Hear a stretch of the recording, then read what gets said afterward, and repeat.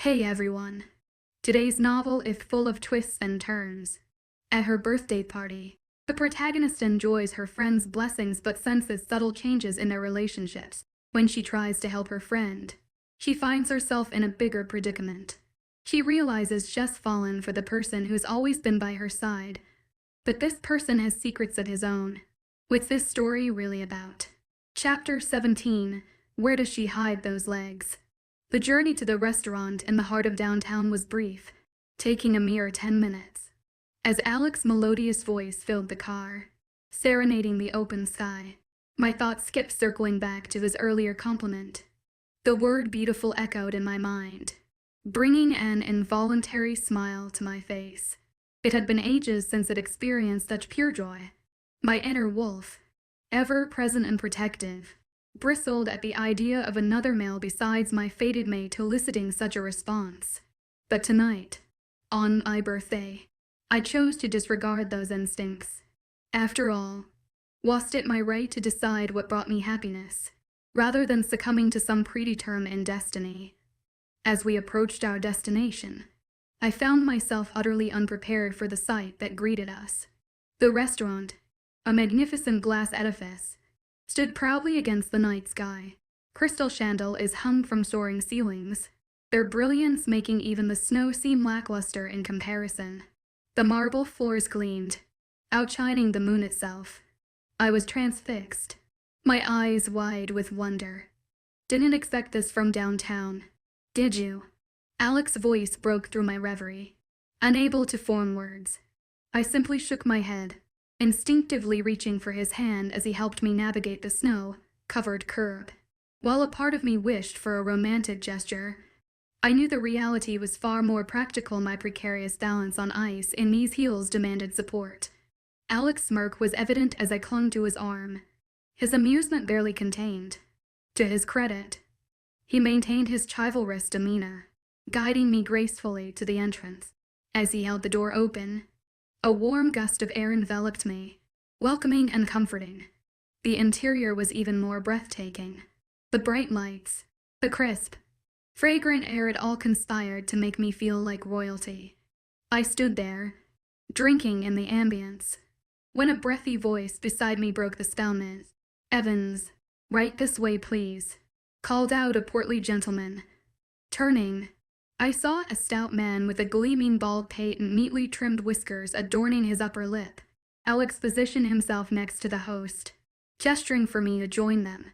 As we made our way through the long corridors, passing tables occupied by refined patrons who seemed perfectly at ease in such opulent surroundings, I realized that I, too, looked the part in my luxurious dress and exquisite jewelry.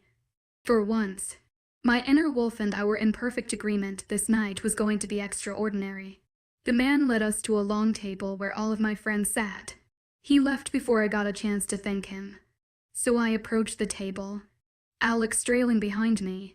Whoa. His head was brighter than my future, I whispered to Alex, who laughed in response. He was about to say something back, but he stopped abruptly when his eyes trailed over to the table. I followed his gaze and noticed that everyone was staring at me. Vivian's violet eyes scanned me from head to toe and nodded, as if she approved. Fox's eyebrows were slightly raised, but he looked away quickly when Vivian sharply cleared her throat. Rosalind looked like an animated Disney character with the enlightening smile she gave me. Rory's eyes wide, and then she raised her eyebrows up and down. I grinned and took a seat next to Lucy, who seemed lost in thought. She sat up straighter when she realized I had sat down next to her, and wished me a happy birthday. I tried not to wince and pretended not to notice when her jaw visibly clenched when Alex took the seat to my left. I tried not to get lost in their thick tension and glanced at some of the guys from the pack who still stared at me. Gabriel's blue eyes glimmered ravenously when he saw me, and I heard Hunter next to him whisper, "Damn, where does she hide those legs?" I quickly looked away, as if I hadn't just heard that, and then continued thanking people for the birthday wishes. It was still hard to fathom that I had gone from being a loner at my old pack to being surrounded by people that came to celebrate me.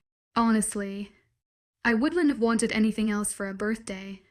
When the dinner arrived a short while later, I had to stop myself from drooling. It looked absolutely wonderful. It did indeed taste extravagant. And I even stole a bit from Alex's plate, hoping no one would notice. I laughed along with the others when they saw what I did though.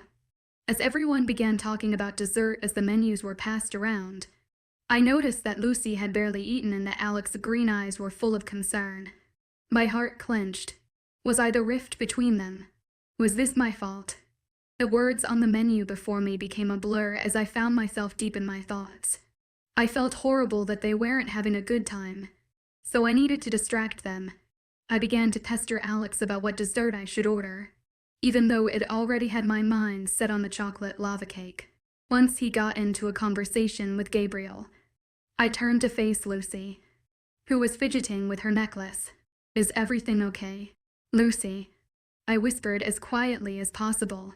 Her head instantly bobbed up and she plastered a fake smile on, yet her blue eyes were full of a mix of emotions. Her smile faltered when she realized what had just asked her. "Oh, well," she said hesitantly.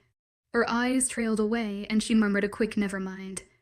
It took all my strength to not sigh out loud. That really hurt. Did people not trust me yet? My heart sank. I had been through so much. It was hard at the beginning to fake a smile every day the way Lucy did.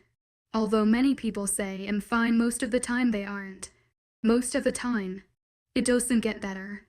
And I was only talking about Dom rejecting me. Because? Hell, exception. That was just a bump in my life. There were so many other things that had happened. If Lucy was faking a smile right in front of my face, I was just going to sit there and do nothing. I knew exactly how she felt. And it was a good feeling. But if she didn't want to trust me, then that was all right. "Why are you so quiet?" Dest. I jumped in surprise, which made him chuckle. "Overthinking." Again. What a surprise. Alex laughed. "Maybe you should talk a map with you the next time you visit your thoughts, Seh." I actually laughed back and rolled my eyes. Alex's jokes were so lame that they were funny. I was probably one of the few people who laughed at his joke on a regular basis. I then remembered that there were people like Alex in the world. People like him that would make you laugh. Notice the small things about you. People like him that genuinely cared about you. He had really helped me grow as a person and slowly heal myself. And I was thankful for him. Dessert arrived and I eyed the pristine chocolate cake, topped with a dollop of whipped cream. I dug right into it, ignoring every honest remarks around me. Typical Destiny. Whoa, that's a big bite. In less than 5 minutes, the masterpiece was finished. After dessert, we shared hilarious birthday stories, and raucous laughter echoed in the building. We were about to get up, but Rosalind began singing out of the blue. "Happy birthday to you." Her voice sounded like honey, and many more people joined in. And I groaned, standing there awkwardly. I heard Fox loud, jolly voice, Vivian S crisp and clear, Rory's voice which was hilariously off-key, and Alex, soft and smooth. When they finished, everyone burst into cheers and laughter. I received an endless amount of hugs and thanked everyone for an amazing birthday. Little by little, people began shuffling out of the high-end restaurant, yelling the occasional happy 18th. Destiny. I beamed the whole time. Lucy was one of the few people to leave, so I quickly pulled her aside. "I know today might not have been one of your good days, but I just want to thank you for being such a good friend otherwise," I said. She finally smiled, and this time it was a real one. "Do you want a ride home?" I asked. Her eyes flitted to Alex, and I could see the flash of anger pass through them. She shook her head, then pulled me into a hug. "It's cool. Destiny, thanks for brightening up my year as well." She hugged me tighter. I really didn't know what was going on in her life, but I felt that she needed a hug like that for a while now. She let go, and strolled off in her cream-colored dress that complemented her electric blue hair. With a heavy sigh, I walked over to Alex, who was saying goodbye to one of the guys, Hunter, I think. He caught sight of me and said happy birthday, taking one more loom at me before dashing off. I wish that I didn't blush so easily. I slumped into the nearest chair and groaned at my feet. I'm 20 years old, and I still don't understand how you women wear those 6-inch heels. Alex retorted, with an empathetic look at my feet. I'm still shorter than you. I grumbled. Just take them off. They look uncomfortable as fuck. So without hesitation, I slipped them off and almost kissed the ground when my bare feet touched the ground. After a few moments, I picked them up in my hand and held onto Alex's elbow for support. I ignored the waiter's stares at my bare feet, probably wondering what an uncultured swine like me was doing in their restaurant. When we got to the entrance, I put the heels back on and winced. I held on to Alex's arm and reluctantly walked back to his truck. Somehow we made it through the snow, and I sighed in happy relief when we sat in his warm truck. I noticed that all of my gifts were already in the back, probably Alex. Hey, Dest. What? Happy birthday. Chapter 18, The Cries of a Broken Wolf. Dominic ran a hand through his midnight black hair and laughed melodiously. He gripped my hand as we ran through the forest and into an empty open field. I lay down next to him, ignoring the tall strands of grass ingling at my bare feet. Although the night sky was full of stars, I gazed at him, his sharp cheekbones, his muscular arms, his cool gray eyes that sent a chill through me on the hot summer night. He turned to face me, his face close to mine. I could feel his breath on my neck as he whispered, Dest. He just called me Dest. I suddenly woke up from the dream and rubbed my eyes. From what I could tell through my blurry vision, it was still dark outside. I put on my glasses to see Alex in my room, hovering before my bed. I was wrapped in my soft blanket and was ready to sock him in the face so I could go back to sleep. But I noticed the urgency in his eyes. I sat up slowly, ignoring the fact that I was in some hideous graphic t-shirt. HED'ing me and worse. Alex, we don't have work today, I murmured, through a long yawn. Alex shook his head frantically. He seemed as if he was at a loss for words. Wait, how the hell did you even get in my room? I asked, remembering I hadn't given him a key. Never mind that. Dest, Lucy's missing, he cried, closing his eyes as if it weren't real. His mouth, what do you mean? Just probably out for a run or something. At 4 o'clock in the morning. I don't know. I'm worried as fuck. Did she say anything to you at your party last week when you pulled her aside? His voice was rushed yet strained, portraying the HED gotten no sleep. He was acting very unlike himself. He was always calm, composed, and relaxed.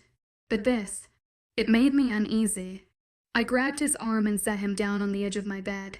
Alex, just take a deep breath, I demanded. He simply put his head in his hands, whispering things to himself. Don't worry, Shell. I couldn't bring myself to finish my sentence. I couldn't promise him that she'd come back, the way my mom had done all of those years ago, placing a false and meaningless hope in my heart.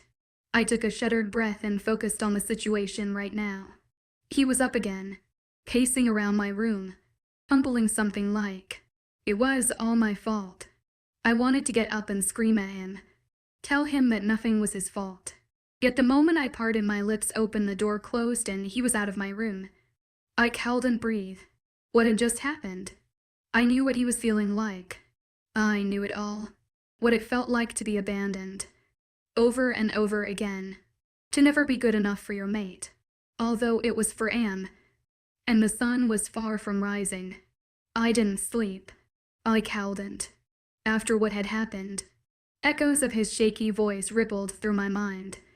It sickened me to see Alex in this state. The same Alex who sang his heart out. The one who smiled at everyone he saw. The one who was my best friend. I felt useless. I hadn't even helped him. My mom didn't want me to be a wolf and I only disappointed her. My mate never saw me as someone to share his life with. And I ran away from him. My best friend needed me more than ever. Yet I sat there silently. I was such a fucking coward. I couldn't stand up to my mom. I couldn't stay in my pack and be strong. But I could help the guy who'd turned my life around. So I got up and ran out of my room, hoping it was too late.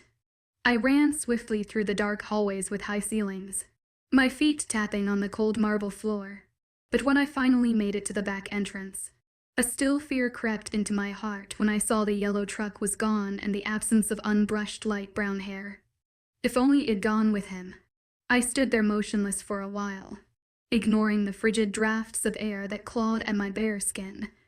I waited for one of them to come back, the dynamic girl with the bright blue hair, or the fierce boy with the green eyes.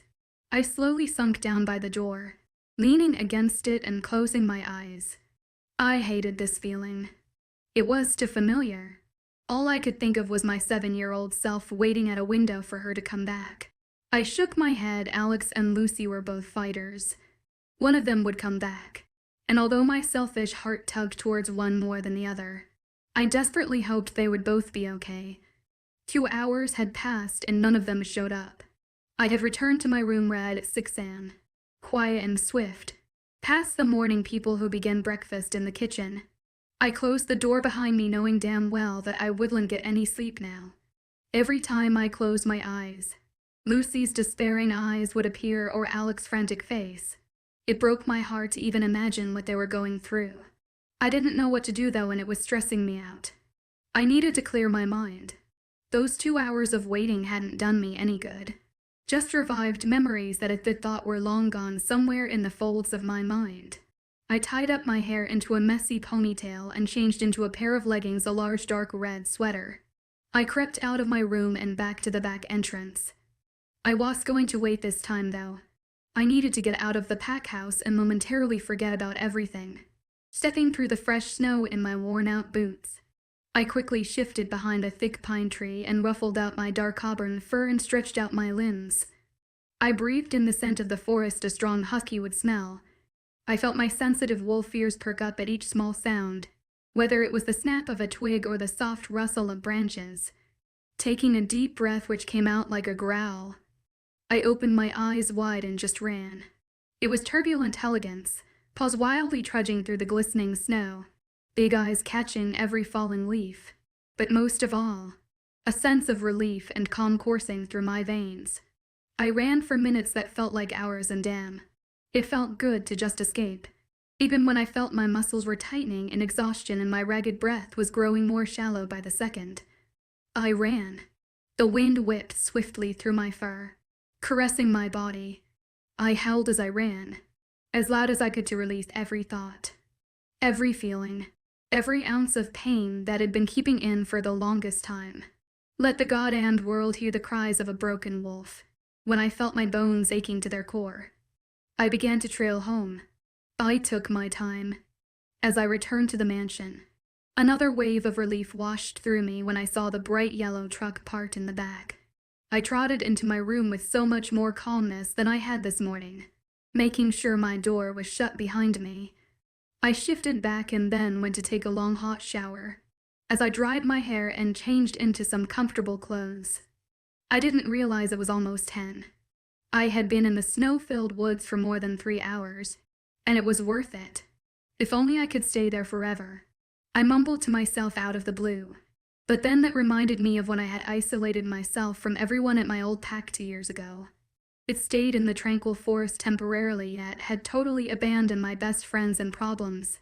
I combed out the final tangle from my hair and swept it into a messy side braid, and decided that it was time to stop running away from my problems and face the world. I would need to suck it up and accept the fact that life wasn't going to be sunshine and rainbows 24/7. A grumble from my stomach put a halt to my plans, though. If I wanted to accomplish things, I'd have to do it with a full stomach. Of course. I strolled into the kitchen, shivering slightly at the white marble against my feet. I suddenly stopped when I saw a tall, lean figure in a beige coat, hunched over a steaming cup of black coffee.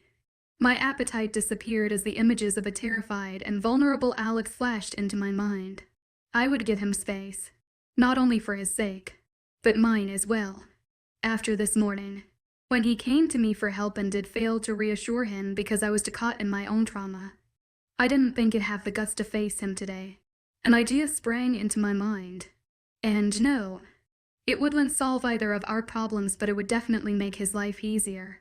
As I dashed up to his room on the 3rd floor and opened his door, the familiar smell of vanilla and mint enveloped me.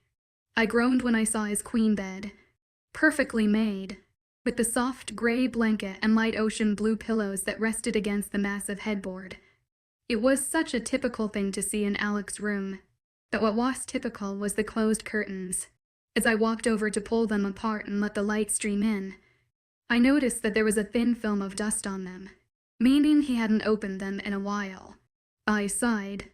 I made my way to his organized glass desk and easily found the truck's keys and the clipboard with the long list. There were more deliveries than usual, but I was determined to get as many as I could done today. Before I left the room, though, my eyes caught sight of the picture frame that held the photo of him and Lucy in it. But this time, it was face down.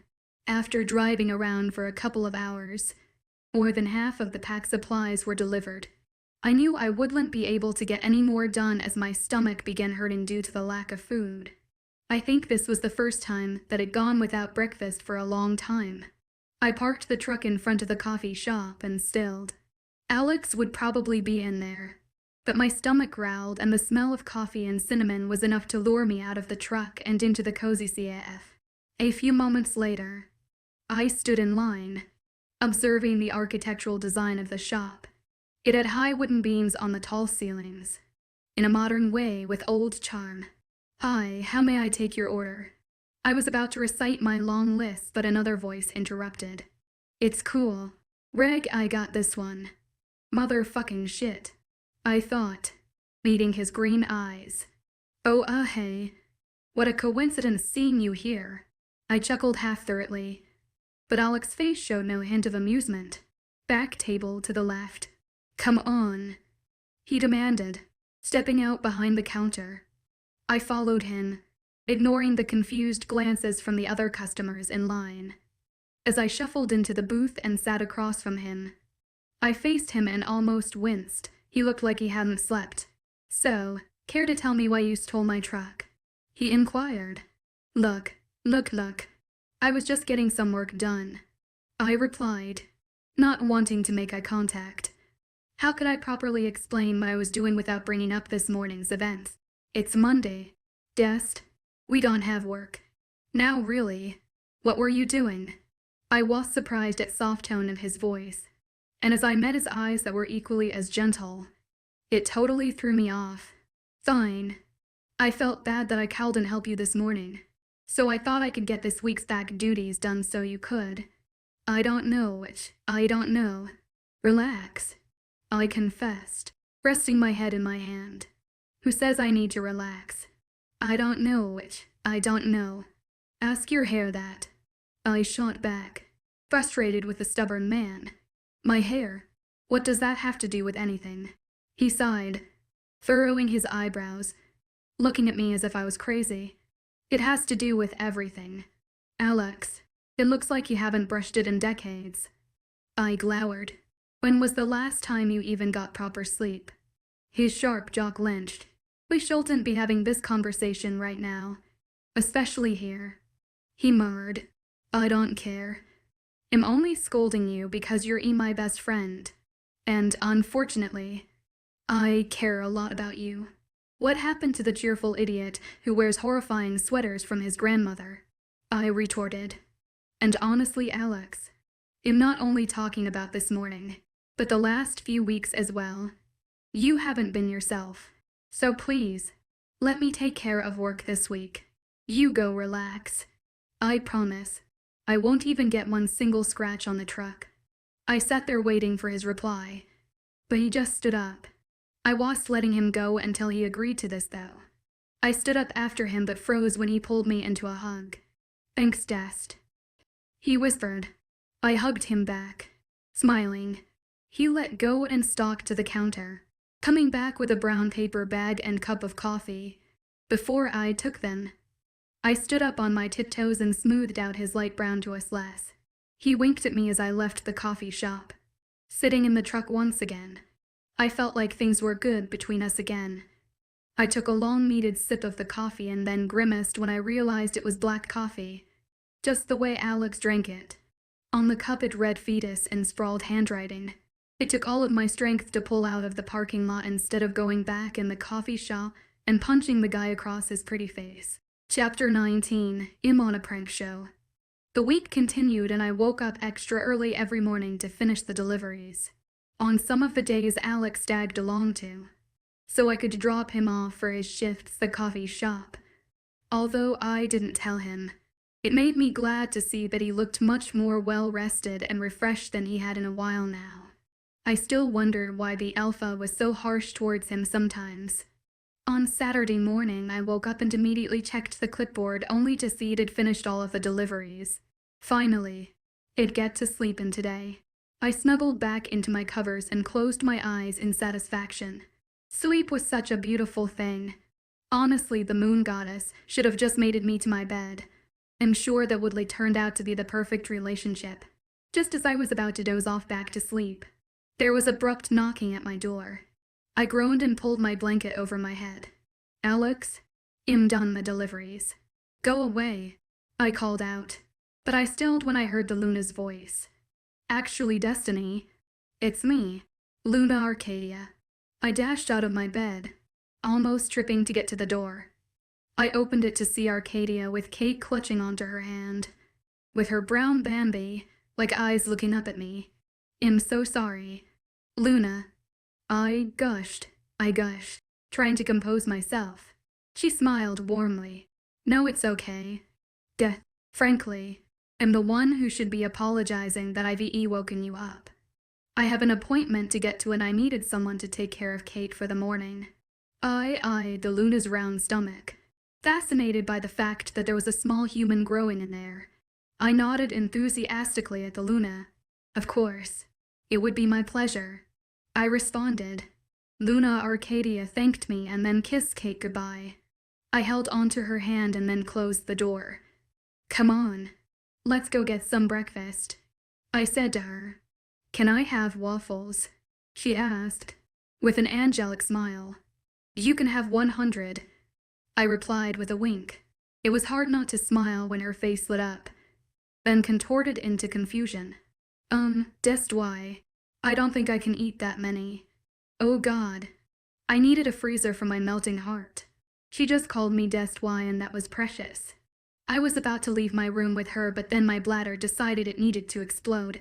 In other words, I had to pee. Wait, who's going to watch Kate? I thought. I could only think of one person, so I grabbed my phone and dialed Alex's number. Come to my room quick, I whispered. Prancing around, Kate giggled. What the fuck, why? His voice was husky and deeper than usual. Oh shit, it'd woken him up. Hurry, was all I said before ending the call. I was hoping that idiot would hurry the hell up before I wet myself in front of a 3-year-old. A couple seconds later, a sleepy Alexander appeared, looking concerned. Oops, watch her, I said, pointing at Kate. I need to pee. I closed the bathroom door and calmed the hell down. After washing my hands, I brushed my teeth and straightened my large tee, shirt atop my black tights. I stepped back into my room to find Alex sitting against the headboard with Kate in his lap. Thanks so much, I breathed, scooping Kate into my arms. Yeah, no problem. Just call me anytime to run down 3 flights of stairs while I'm half asleep just so you can pee, he replied sarcastically. Hell, I'm not just going to leave this poor child alone. You never know what could happen. Alex, I sighed. Okay, well, I have no clue what you're doing with the alpha's child, but I'm going back to sleep. He yawned. He sprawled across my bed, which looked noticeably smaller. He shrugged my blanket on and then closed his eyes. Are we gonna eat waffles now? Kate piped up. I nodded. What about Alexander? She asked, peering her head over my shoulder. I closed the door behind me, walking to the kitchen. Alexander is an ugly troll who drinks black poison, I replied, setting her down on the kitchen sofa. Chef Alice was there, and after I asked her to make waffles, I sat down beside Kate, admiring her bouncy red curls. We took our time enjoying the fresh blueberry waffles. and then had a lengthy discussion on which My Little Pony character was the best.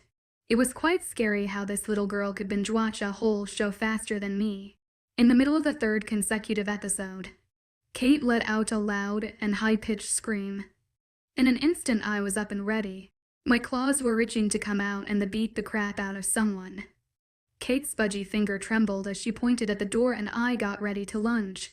I sighed though, when I just saw Alex at the entrance of the large kitchen area. "Geez, what's your problem?" Alex asked, furrowing his brows at me. I don't know.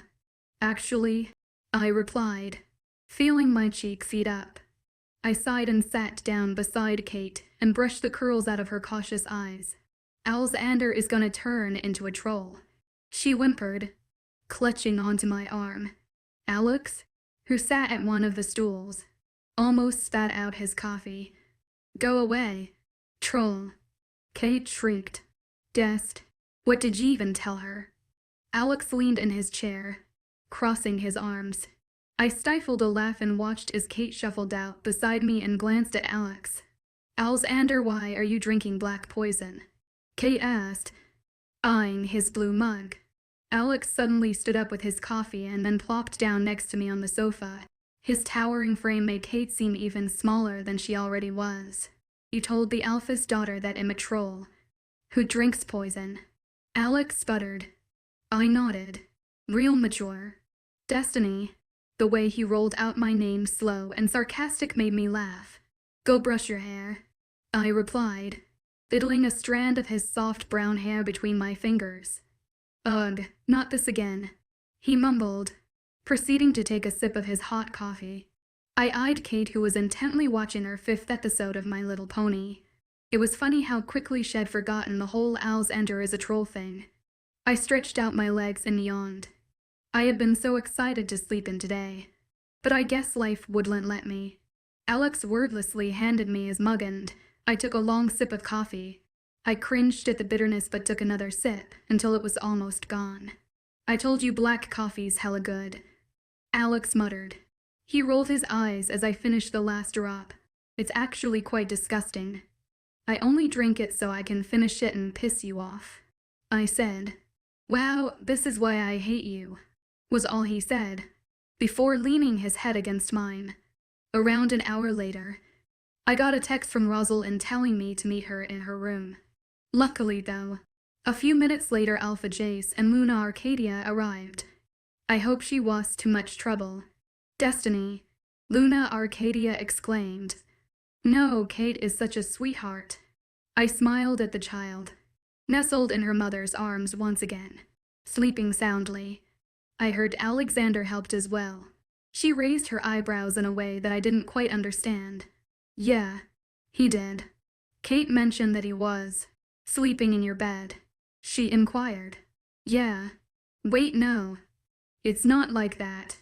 I swear." "Kate just meant that," I fumbled. "Oh me God. Why is my life so awkward?" "It's okay. I understand. Sorry if I misunderstood Kate's story. Anyways, I have a meeting to get to. Once again, thank you so much, Destiny."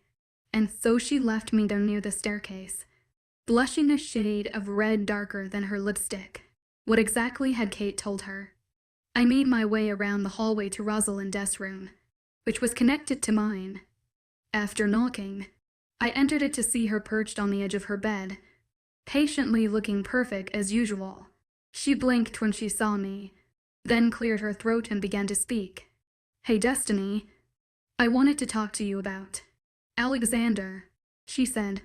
I tried not to look surprised, but failed, noticing that she studied my face intently. I sat on the bed beside her, daring not to break the silence with my unspoken words. "Well, today, I was working for the Alpha, but the thing is, it's about Lucy," she said, thumbing the edge of her lavender-colored dress. "She disappeared sometime last week and the Alpha was wondering if she was going to come back." A cold, uneasy feeling swept through me, despite the heater in room. So I contacted a lot of the close-by packs and one of them found her. Her brown eyes were dark. "Destiny, she's not even in the country. and just not coming back. My mouth hung open. I couldn't believe what I was hearing. I always knew that Lucy was an adventurous and reckless person. But this was crazy. But that was the most important thing that struck me. Did anyone tell Alex yet? I asked quickly, the cold within me spreading softly. Rosalind slowly shook her head. That's why I needed to tell you. I'm not trying to dump this all on you. And leaving you to tell him. Because Alpha Jace will. Yeah, I figured that since you're the closest person to him than all of us, then you could make sure HE's okay. I know how much she meant to him, and I heard he didn't handle it well when she disappeared in the first place. I honestly don't know what's going to happen when he finds this out now. Rosalind sighed, even though I was freaking out on the inside.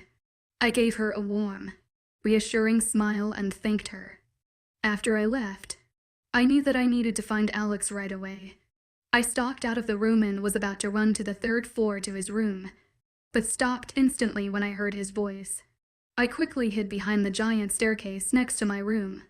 Please fucking tell me this is a joke. Bring out the goddamn cameras and tell me I'm on a prank show. The bitter and satirical voice star was normally calm sent and easy chills through my spine. Alex was really mad. Then, the aura of power drenched the air. Alexander, you're being irrational. Alpha J sneered. Although I couldn't exactly see the two behind the stairwell, I could tell that the Alpha was trying not to yell. Give me a break. Alex exhaled. We're giving away her room because new and future members will need it. Every single day I'm getting requests from other wolves to join our pack, but I have to decline because of the shortage of rooms. I can't continue saying no because Lucy's not coming back. Her room could easily fit into mated wolves. Alpha Jace roared. But clearly, that was the wrong thing to say. You build a huge fucking mansion and have a shortage of rooms. What the hell do you do with all your money? Waste it on useless shit like new cars. My eyes widened at the way Alex spoke. It never heard him that angry. Nor would I have imagined him talking that way to such an authoritative figure. You listen up. Someone with your rank shouldn't be talking to me like that. You're lucky I've let you stay all these years. But Lucy's room should be emptied by next week. Or else her room won't be the only vacant one. Alexander. Bastard. Alex snarled. I ducked. Seeing Alex's brown hair fly past me and up the stairs, I couldn't believe he had it in him to talk that way. It amazed me. Everything that I'd just heard was absolutely exhilarating. As much as I wanted to run after Alex and comfort him, I didn't think he'd want to see me now, considering how angry he was. Once the Alpha left, muttering words under his breath, I crept back into my room, not knowing what to do. So I shifted and went outside for a run in the cold, harsh weather. I ran until the sky became dark and trotted back to the mansion, thankful for my coat of warm fur. While it ran, I had sorted out my thoughts and decided that I'd talk to Alex. I didn't feel like shifting, so I ran effortlessly up the 3 flights of stairs and into Alex's room. But when I couldn't sniff, I realized he was there. My heart began beating nervously at the thought of Alex driving away to look for Lucy, and him not coming back either. Yet I breathed out a sigh of relief when I saw his parked yellow truck through the window. Eyeing the rumpled clothes on the ground, I realized that he had shifted and went out. Not to the forest, though, as I'd just been there. I lingered around for a few more minutes and then went back to my room to get some sleep. I shifted back and threw on an oversized sweatshirt. I nestled into my bed and let sleep take over me. In the middle of the night, with the mansion's loud silence creeping through the halls, my phone rang. I squinted at my clock, which read 12:56 a.m. Who the hell was calling now? After the 3rd ring, I finally picked up. Hello, I answered, midway through a yawn. Guest, it's me. I need you, the raspy voice whispered. I sat up fast in my bed and clutched onto the phone. Alex, what's going on? Chapter 20, You Can't Sleep in Here. FUC Knuckle. His voice was deep, tired, but downright miserable. He had texted me the address and now I was driving there as fast as I could. I was freaking out. wondering if he was okay. No, of course he isn't, I thought, shuddering at the sound of his voice when He called me. When I stopped at the address, I let out a deep breath.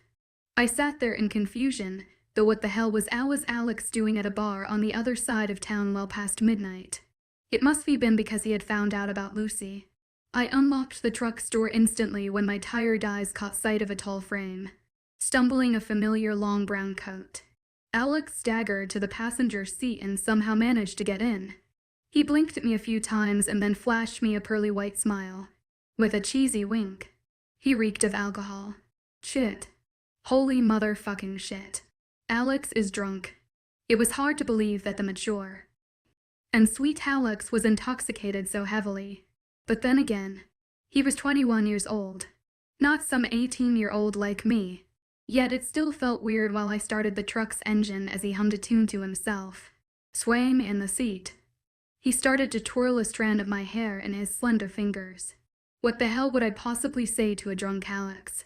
Your hair is really soft. Dest. Have you been using my shampoo? He asked. I peered over at him and he genuinely looked confused as he inspected that strand of hair. I held back a laugh and replied, No, I have not been using your shampoo. Are you sure? Yeah, I'm sure. The drunk Alex didn't know what silence meant. Contrary to his typical self, he was chatty and clearly acting like an idiot, which I thought was downright hilarious. I then decided to take the longer way home to get the most out of this once-in-a-lifetime situation. So, where are we going? Alex piped up, running a hand through his silky locks. Don't be an idiot, Alex. I chuckled. We stopped at a red light and I cocked my head to look at him. He was smiling for no apparent reason, which brought out his dimples. His forest green eyes were alive. He turned to look at me too and seemed to be studying me.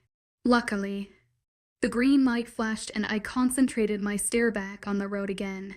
He was still staring though. I could see from the corner of my eye that he was doing nothing to hide it. Hey, Destin, if I told you a secret, would you tell the whole world? He murmured softly. I furrowed my eyebrows. I guess it depends on what it is. I'm losing my mind. 'Cause I think that I just fell in love with you. Girl, I almost didn't stop the car at the next red light. Out of nowhere, my heart started hammering wildly. Did he really just say that? Hes drunk. I reminded myself. Hes drunk. Wait a second. I muttered. Were you singing the lyrics to I Will? I realized. My heart stopped beating like crazy. But another part of me was slightly disappointed. What the hell? Have a witch, when I found out Lucy ditched me and was never gonna come back. I was upset. Alex drawled on. But then I remembered there was still another girl I love. I wanted to know who this girl was. I was scared yet intrigued and I had no clue why. What's her name? I asked, keeping my eyes trained on the empty snow-filled road ahead of us. He began to chuckle. Shouldn't you know your own name by now? A chill ran through my spine. My grasp on the steering wheel tightened, and it took every ounce of strength in me to not look at Alex, to see whether he was serious or not. But by the way he spoke, I knew that he was. Once again, my abnormal heartbeat sped up, and I couldn't remember the last time someone had that affect on me. You're really pretty. You know that. Why, you're hella clumsy. But it's really cute. Alex rambled. Every word he said made my heart beat louder. I needed to get home right now before I crashed the vehicle. You really light up my whole day, especially when you lean your head on my shoulder. It's a nice feeling. Dest. It was hard to stay concentrated when he was saying all these things to me. Alexander, my best friend who was 3 years older than me, was saying these things to me. I hated to admit it, but a part of me enjoyed those rare words. Although it took 14 minutes to get home, it felt like 14 years. When I finally parked the car at the back entrance of the marble mansion, I unbuckled my seatbelt and bolted out of the yellow truck as fast as I could. My ferocious heartbeat was loud enough to awake the whole pack. Guest, help me, Alex groaned, leaning against the truck. I was scared to approach him, but went anyways. He gripped my elbow and stumbled. I didn't dare say anything. I forcefully opened the back door of the mansion and whispered for Alex to shut the hell up. Fortunately, I dragged him in and stopped at the staircase next to my room to head up to the 3rd floor. I see can't. Alex sighed, leaning on my shoulder. I ignored how close he was. Come on, you idiot. You need to get to your own goddamned room, I furiously whispered, urging him to get on the stairs.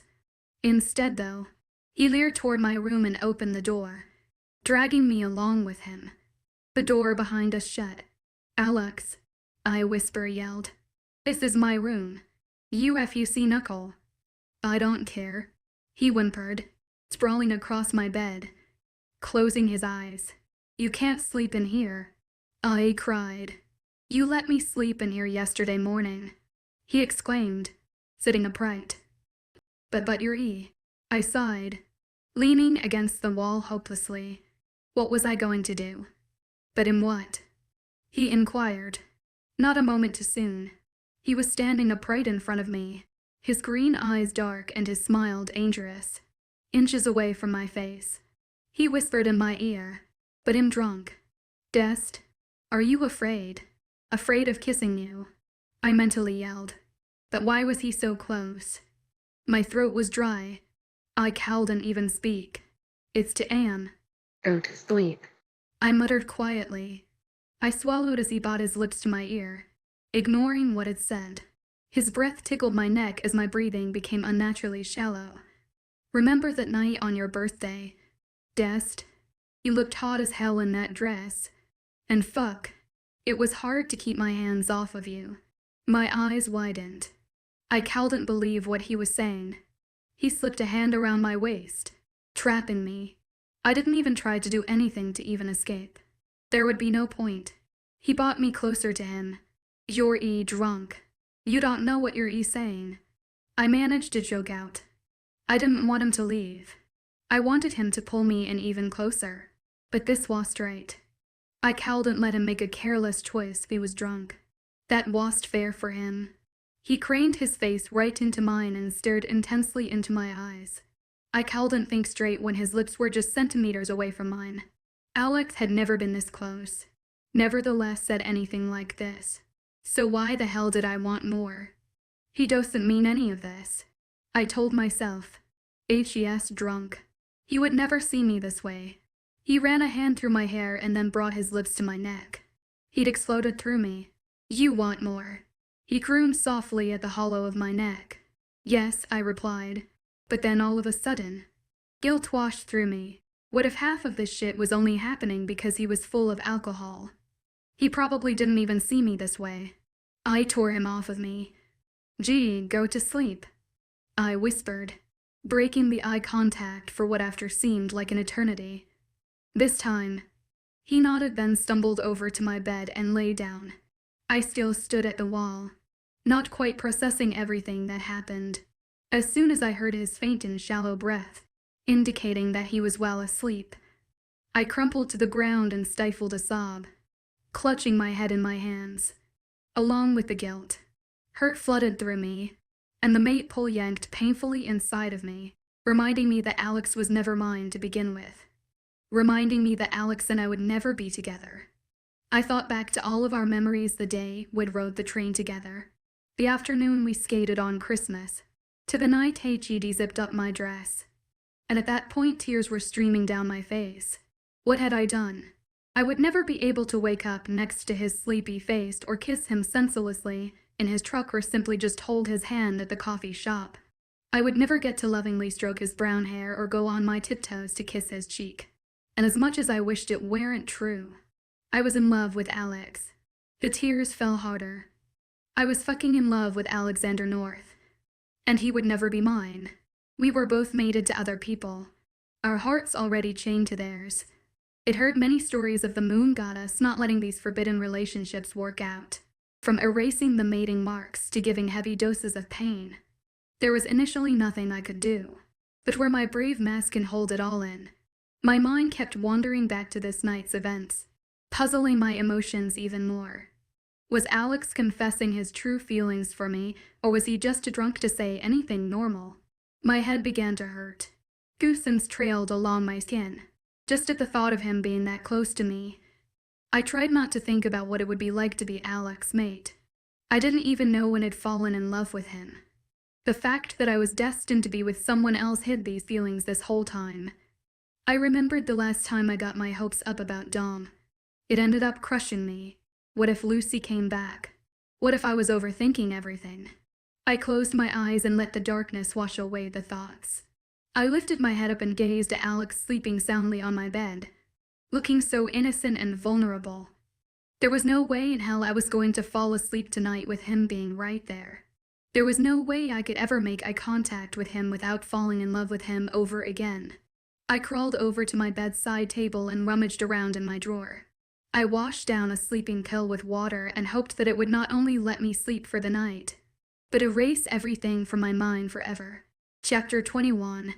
Hungry, tired, and utterly hopeless. When my eyes fluttered open, I caught a blurry glimpse of Alex hovering over me with a concerned look on his sleepy face.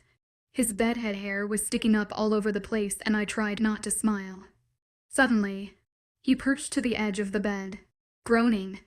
I sat up instantly, reaching for my glasses while last night's events came crashing down on me. Fuck. I don't think I can remember the last time that I was this hungover. Alex sighed. His eyes closed.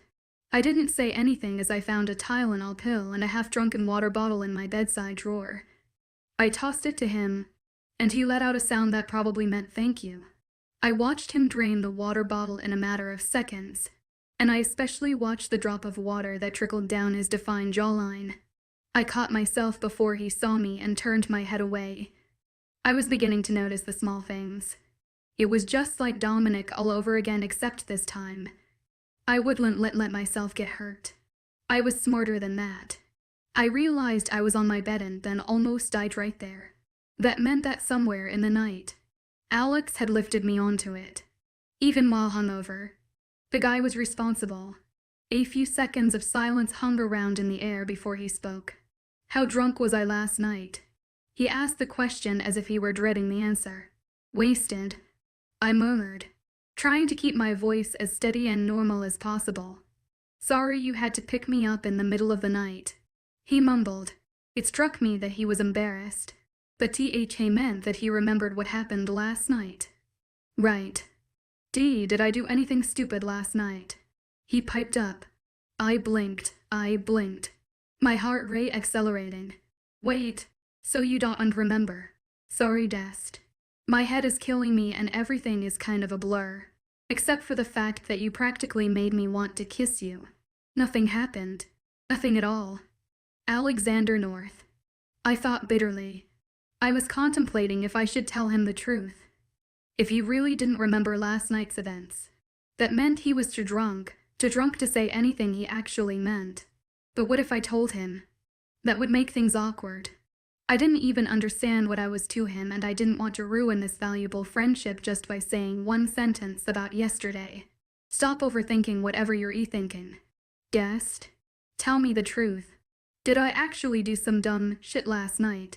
He repeated. He was right. I was overthinking, just like I had with Dom. And it ended up screwing everything up. Nah, you were kind of loopy, but just fell asleep on my bed when we got home. I lied, clutching my blanket in my hands so hard. He let out a sigh of relief which felt like a knife puncturing through my heart. So why were you on the ground when I woke up this morning?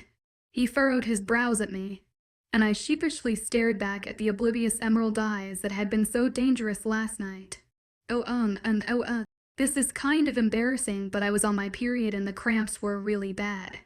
So I just sprawled on the floor because that was the only comfortable position. I'd explained, feeling like an idiot. Guessed. You should have told me. Do you want me to go out and get some like pads or tam, Alex? Just shut up.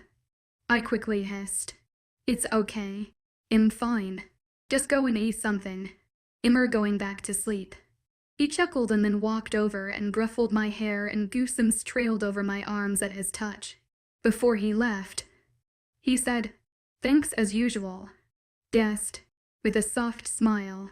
It took everything inside of me to not run after him. He was mine, and I was okay, was what I told myself.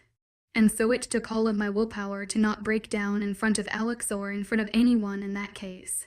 It was hard not to stare at him while he drove, or smile at the thought of him, although I was acting like a total creep. My mind was just all over the place right now. Every time I was alone with Alex, whether it was in the kitchen in the early hours or in his truck, breezing past packs, I struggled to act normal. On some days I was so close to saying fuck this and kiss his tempting lips, while other days I wanted to run away as far as possible as I could from him. Obviously, I couldn't really do any of those things. The worst days, though, were when my mind decided to think back to Dominic.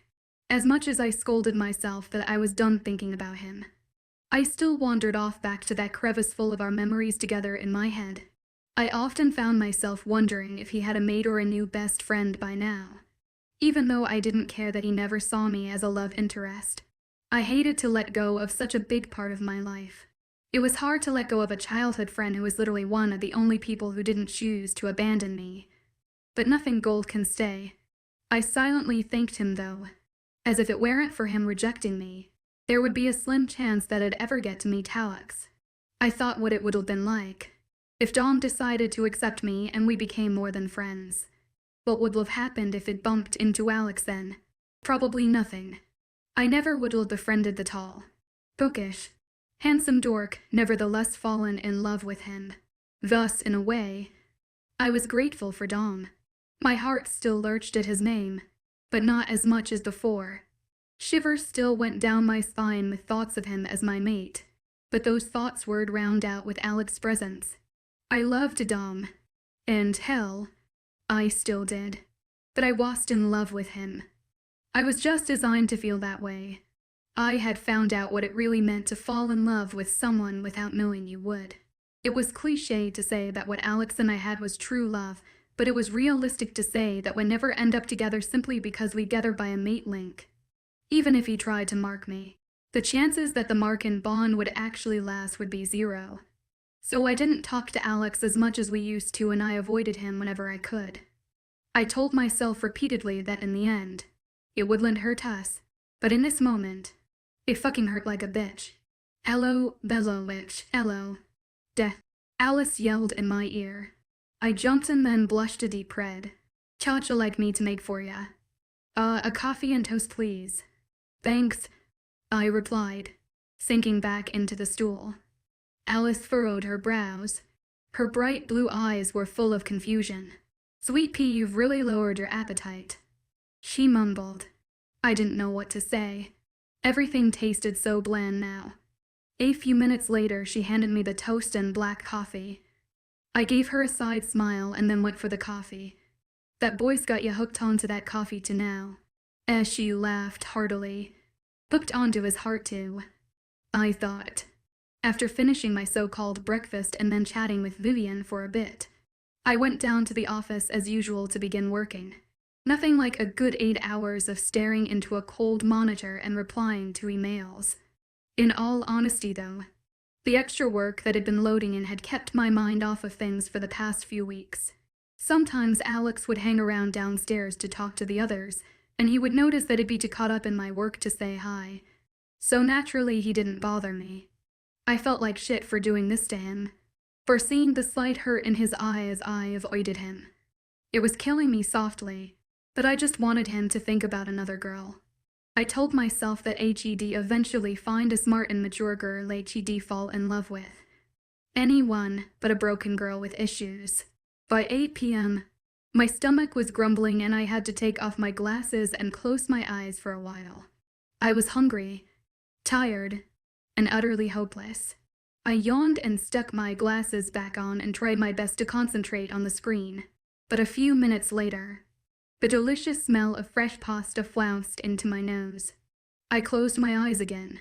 Was I so tired that I was beginning to imagine things? Wait, no.